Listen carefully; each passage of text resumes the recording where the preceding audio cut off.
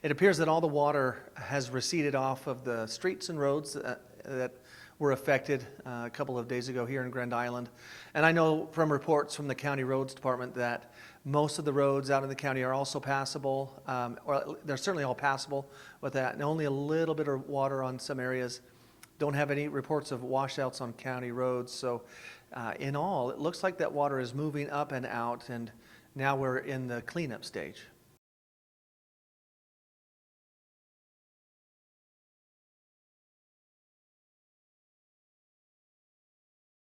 Well, the first thing to do is remember, every business and home is responsible for cleaning up your properties. We encourage you to follow good, safe cleanup tips. We've posted online safe cleanup tips that FEMA provides. The Red Cross here in Grand Island does have cleanup kits for those that need supplies for cleaning up your area.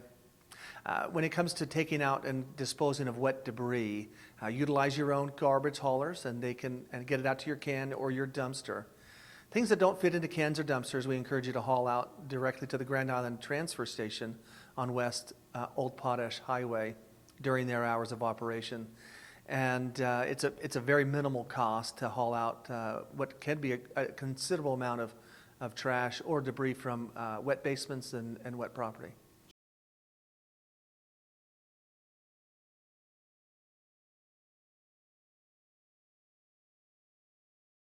In 2005, they had a similar amount of water, over 7 inches, but it fell mostly west of town, and it affected Grand Island largely through the Prairie and Silver Creeks.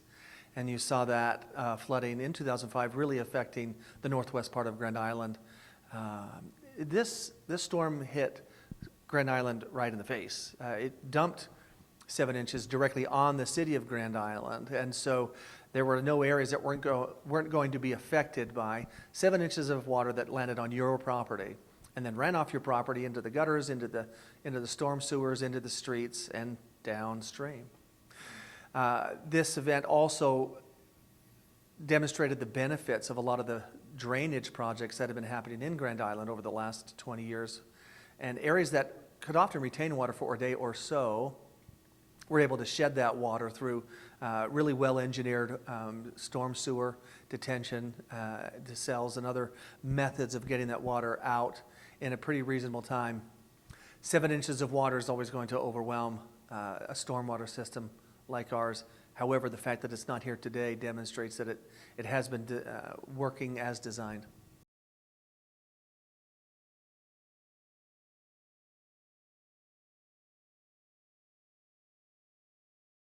Yeah, you want to get those streets swept of all the debris so you don't have nails and other debris causing tire problems. So when you see a street sweeper, take your time, let it go, pass it safely and effectively, and give those folks time and the room to work.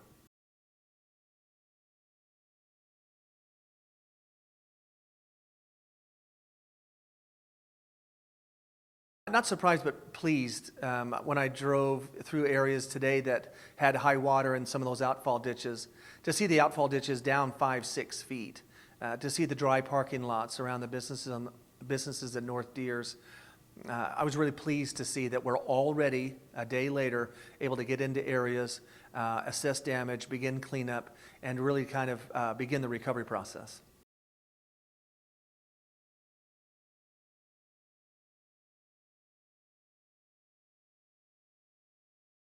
I think a lot of it is what to do with the basement water and basement flooding. We encourage everybody, clean out your basements and get that water out. Be cautious of emptying water out of your basement, that you don't put it down the drain.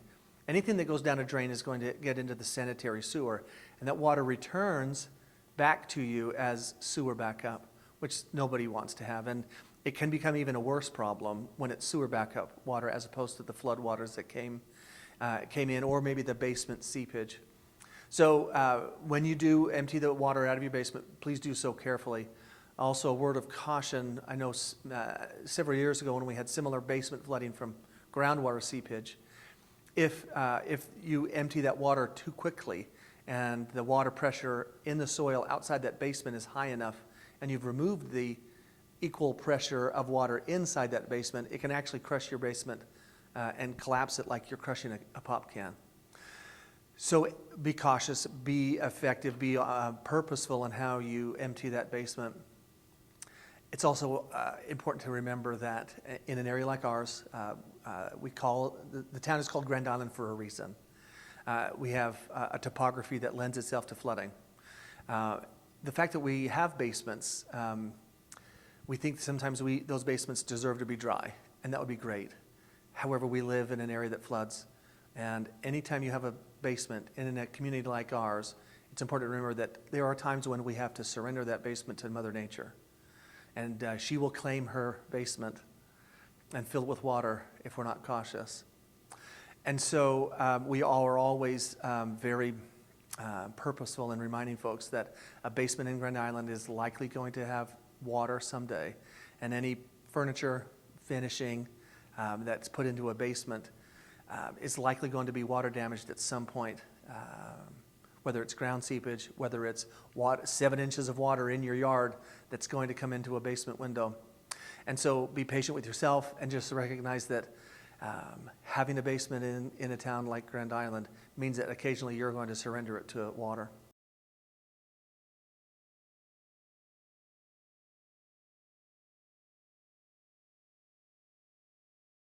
When it comes to emergency funds, insurance is emergency funds. And having your home insured is emergency funding. You can perhaps hope for reimbursement for a federal declared disaster. Those are rare and require a significant amount of damage, which this may or may not qualify. And we always encourage everyone to remember that the real emergency funding for your property is your insurance policy.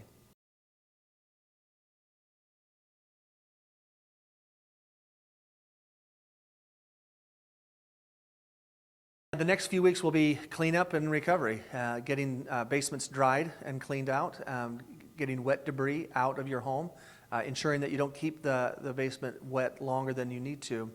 If you discover mold, fight that mold, and the Central District Health Department has a lot of great tips on fighting mold in your home, as well as they have instructions for those that have a well. If your well was flooded, you do want to have that well inspected by the health district so you can ensure that your water is safe for drinking. We don't want people to be playing in or messing around with that water. But if that water got into your well, you could have a problem with your drinking. So I think it's also important to thank everybody for the efforts that they made. There's a lot of instances we know of where people are helping one another, neighbors helping neighbors, and taking the steps to help one another, protect one another. There's going to be a lot of frustrated moments here as we deal with flooding. There are a few disasters, I think, that wear on the patients more than flooding. As we work together as neighbors and friends, and as we work to get our homes safe and clean and dry, and then we can work to getting back to life as normal.